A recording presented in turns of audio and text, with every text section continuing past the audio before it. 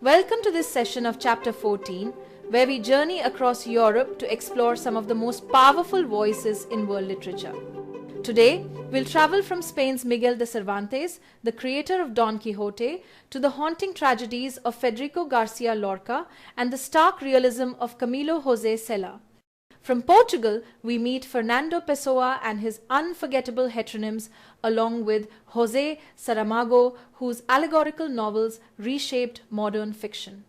In Sweden, we look at August Strindberg's bold experiments and Selma Lagerlöf's enchanting tales, before moving to Stieg Larsson's global hit The Girl with the Dragon Tattoo. Norway brings us the dramatic innovation of Henrik Ibsen and the psychological depth of Knut Hamsun, while Denmark offers the timeless fairy tales of Hans Christian Andersen and the mythic prose of Isaac Dinesen. We then visit Poland through the national voice of Adam Mickiewicz, the moral vision of Czesław Miłosz, and the contemporary imagination of Olga Tokarczuk.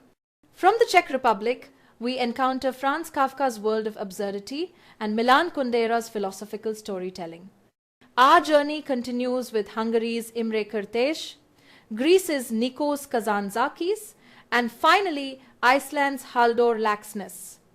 By the end of this session, you will have a rich and vivid picture of how European writers shaped modern storytelling across nations and generations. Let's take a trip to 17th century Spain and explore one of the most influential books ever written, Miguel de Cervantes' Don Quixote. Even if you have never read it, you've definitely heard of the man who fought windmills thinking they were giants. And yes, that famous windmill scene has been asked in exam. The story begins with Alonso Quixano, a minor nobleman from La Mancha, and this detail about his home has also appeared in exam. He spends so much time reading chivalric romances, those old tales of knights and heroic adventures, that he eventually loses his grip on reality. Convinced that the world needs a true knight again, he renames himself Don Quixote and decides to revive knight-errantry. He doesn't go alone. He is joined by Sancho Panza, a simple, practical and very lovable farmer who becomes his squire, and Sancho's name has also been tested in exam. Together, they set out on a journey where Don Quixote turns every ordinary moment into a grand adventure, often with hilarious results. What he sees as enchantments, Sancho sees as the real world, which makes their partnership both comic and touching. In part 1, Cervantes gives us an episodic story full of illusions, delusions, and playful questioning of reality.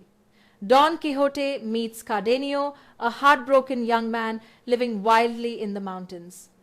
Inspired by him, Quixote pretends to fall into madness for his beloved Dulcinea, a woman who exists only in his imagination. This idea of an imaginary lady has also been asked in exam. Eventually, his friends, a priest, a barber, and a woman named Dorothea, who pretends to be a princess, trick Don Quixote into returning home. They convince him he's under an enchantment and transport him in a wooden cage.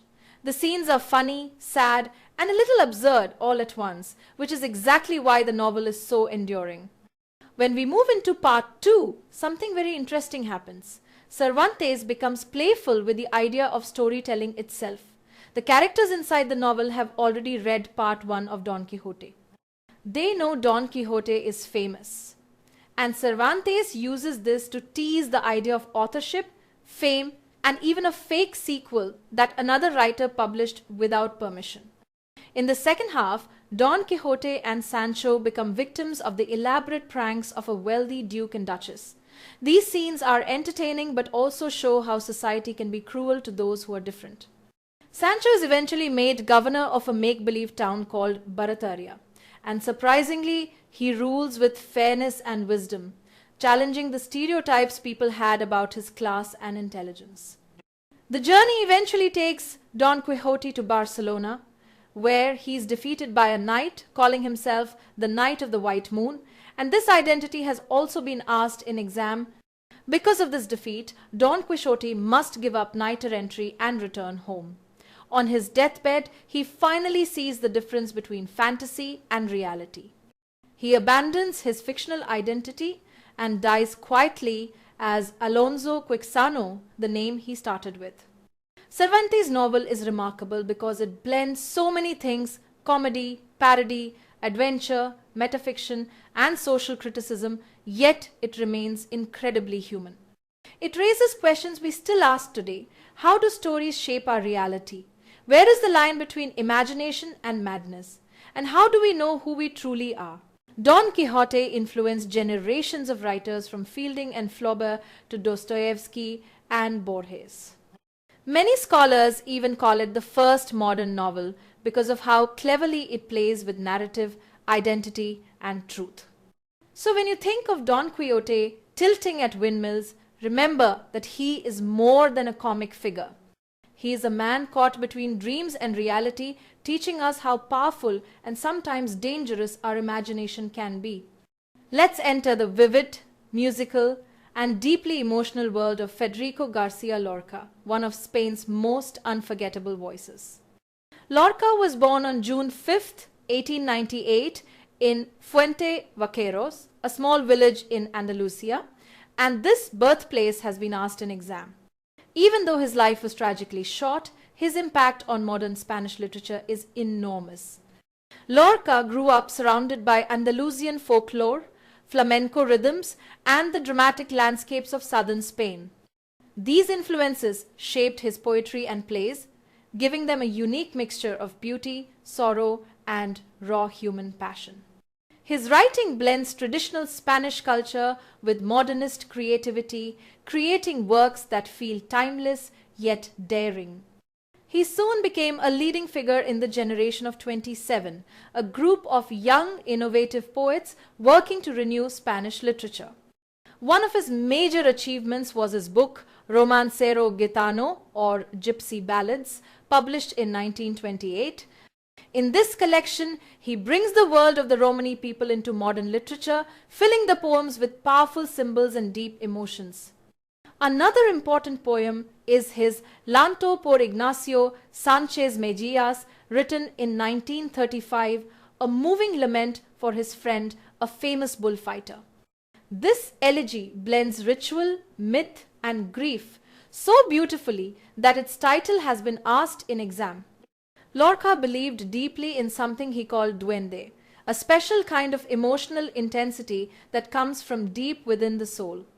You can feel this duende in the way he uses surreal imagery, vivid symbols, and musical language. His poems often personify nature, turning the moon, the wind, or the earth into living characters that reflect human desires and fears. Lorca was also a groundbreaking playwright, and his dramas helped create what some critics call a second golden age of Spanish theatre. His most famous works form a powerful trilogy: Bodas de Sangre, or Blood Wedding, from 1933, Yerma from 1934, and La Casa de Bernarda Alba from 1936. The titles Blood Wedding and The House of Bernarda Alba have been asked in exam. Each of these plays deals with individuals struggling against the strict rules of society, especially the expectations placed on women. Blood Wedding tells the story of a bride who runs away with her lover, leading to a tragic clash guided by the symbolic figure of death. The House of Bernarda Alba shows a tyrannical mother who forces 8 years of mourning on her daughters, trapping them until one of them chooses death over continued oppression. In Yerma, Lorca explores the pain of a woman who longs for a child and is crushed by the pressures of family and society. Throughout his writing, Lorca returns to the same haunting symbols: the moon, blood, horses, and the earth, using them to express desire, repression, and the tension between life and fate. His characters often feel larger than life, almost mythic, yet they speak to real emotional struggles we all recognize. Tragically, Lorca's life ended during the Spanish Civil War when he was executed in 1936 by nationalist forces. His death turned him into a symbol of artistic courage and the struggle for freedom. But even though his life was cut short, his influence spread across the world, shaping playwrights like Tennessee Williams and Jean Anouilh, and inspiring modern poets throughout Europe and Latin America. Today, Lorca remains a poet of rebellion, emotion, and imagination. someone who used art to challenge silence and celebrate the human spirit. His works continue to speak to us because they remind us that art can be both beautiful and brave. We begin with Camilo José Cela, a major Spanish writer who received the Nobel Prize in Literature in 1989. The Nobel Committee praised him for his rich, tightly controlled prose that reveals how vulnerable human beings really are. Cela rose to prominence in the years after the Spanish Civil War, when the country was still recovering from violence, poverty, and dictatorship. He wrote with a stark honesty that many readers found shocking, but it was exactly this rawness that made his work powerful. His most famous novel, The Family of Pascual Duarte, came out in 1942 and introduced what critics later called the tremendismo style. This style is known for its brutal realism, its focus on desperation, and its refusal to hide the darker sides of life. The story is told by a man who is waiting to be executed, and through his voice we witness a cycle of violence, fear, and alienation. Cela paints a picture of a society collapsing under moral and social pressure, where ordinary people struggle to survive in a world that no longer makes sense. He continued exploring this theme in later works like The Hive, published in 1951, where he used many different voices to show the chaos and stagnation of Spanish life under political repression. From Spain, we move to Portugal, where we meet one of the most fascinating writers of the 20th century, Fernando Pessoa. Pessoa is unique because he wrote not as one author, but as many. He created what he called heteronyms, imaginary writers with their own personalities, life stories, writing styles, and even philosophies. It's as if he carried a small literary universe inside himself. Through voices like Alberto Cairo, Ricardo Reis, and Álvaro de Campos, Pessoa explored everything from calm, nature-focused poetry to classical stoicism and high-speed modernist excitement. His major work, The Book of Disquiet, was published long after his death in 1982. It isn't a traditional novel. Instead, it feels like a collection of fragments, thoughts, dreams, and reflections written by his semi-autobiographical heteronym Bernardo Soares. The book explores the quiet sadness of everyday life, the loneliness of city living, and deep philosophical questions about identity and meaning. Pessoa's influence on European modernism is immense. Readers often place him alongside writers like Kafka and Joyce for the way he captured the complexities of the inner world. And then we arrive at José Saramago, another towering figure in Portuguese literature. He received the Nobel Prize in Literature in 1998, and that year has been asked in exam. Saramago became famous for using bold, imaginative stories to explore universal truths. His novel Blindness, published in 1995, tells the story of a mysterious epidemic that causes sudden blindness across an entire city. What follows is a frightening but powerful exploration of how fragile society really is and how compassion can survive even in the most desperate conditions. Another important novel, Baltasar and Blimunda, came out in 1982, and this title has been asked in exam as well. In this book, Saramago blends magical realism with historical fiction. He takes us into 18th century Portugal through the love story of two outsiders, and along the way, he questions the relationship between faith, power, and human freedom. Saramago is known for his long, flowing sentences and his unusual use of punctuation, which gives his writing a rhythm unlike anyone else's. His stories often feel like philosophical parables, asking us to look closely at the systems that control us and the mysteries that surround us.